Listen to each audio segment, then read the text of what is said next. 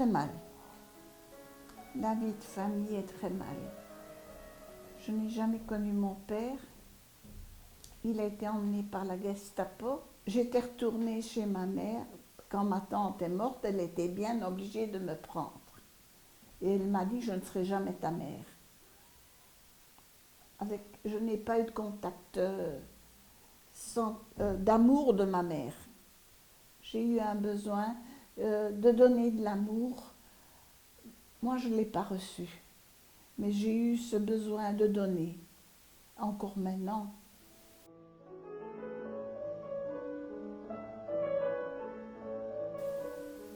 Je suis maman au foyer parce que j'ai fait ce choix, parce qu'on a accueilli beaucoup d'enfants chez nous, enfants du juge, et toujours en catastrophe. Donc, au départ, on a eu 4 enfants, la seconde est décédée, et je pensais adopter des enfants parce que après cette seconde naissance, je n'étais plus très en forme et je ne me voyais plus. J'avais peur d'avoir encore un enfant malade. Et la vie s'est chargée de nous mettre des enfants sur notre passage, sur notre route. Donc on a été famille pour enfants du juge, famille d'accueil en catastrophe, oui. Parfois la nuit, la police venait chez nous, on était prévenus. Je partais avec eux, j'allais chercher l'enfant où il se trouvait, dans des situations parfois tellement graves. Il restait parfois 2 jours, parfois 2 semaines. On n'a jamais eu des enfants qui sont restés plus de 2 mois. On en a eu 25 qui sont passés à la maison, en plus de nos enfants, donc nos 3 enfants qui restaient. Et ensuite, sont arrivés les Boat People en mer de Chine en 1980. Et l'aîné a dit, on pourrait reprendre un enfant qui vient de là-bas parce qu'on devient égoïste, on n'a plus d'enfants à la maison. Et puis, entre-temps, on nous a demandé d'accueillir aussi un enfant congolais qui était ici, réfugié en Belgique, et dont le papa ne pouvait pas s'en occuper. Donc, Laurent est arrivé en janvier, Noupon est arrivé au mois de mai, et au mois de juillet, on rencontrait sa sœur aînée à Paris, qu'on avait retrouvée à Paris. Et puis 6 ans après, on a retrouvé encore une autre sœur qui était dans un camp de réfugiés en Thaïlande. Donc, on a regroupé la famille. On les a adoptés. Et les vacances, on partait toujours, mon mari et moi, on avait 2 petits R4, on avait 2 fois 4x4. Et alors, comment dirais-je, on campait. On campait et c'était très agréable. Ça nous a permis de faire des choses et alors de découvrir. On allait dans les fermes, on allait travailler avec les enfants, s'occuper des bêtes et tout ça. Je trouvais ça très gai, très très gai. Et eux, ils en parlent encore, ils ont 50 ans et ils en parlent, c'est un bon souvenir.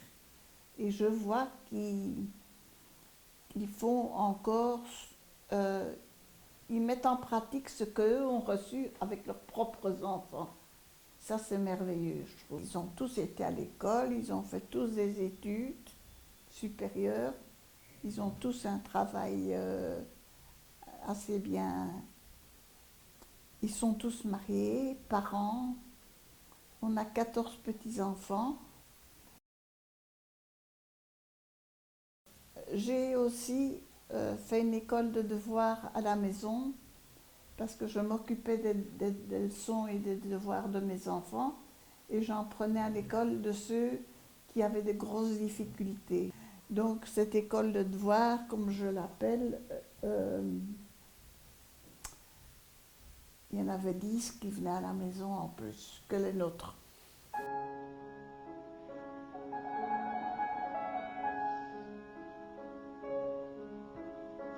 J'ai habité 37 ans dans un clos et je ne me suis jamais disputée avec qui que ce soit. Et les enfants jouaient entre eux et tout se passait très bien.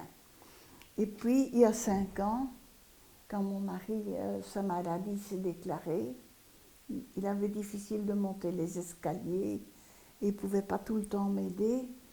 Alors, on a demandé pour avoir un loyer social. Et on a eu un loyer dans un bloc à Woluwe. Et il y a 30 logements divisés en 3. Ça, c'est merveilleux. Merveilleux. Et je peux dire, on est 10 dans une partie et je m'entends avec tout le monde. Je m'entends avec tout le monde, mais à Noël, tout le monde a sa carte de vœux. J'ai commencé comme ça, puis j'ai mis des fleurs à mon balcon et ça attire, hein, ça se propage. Voilà.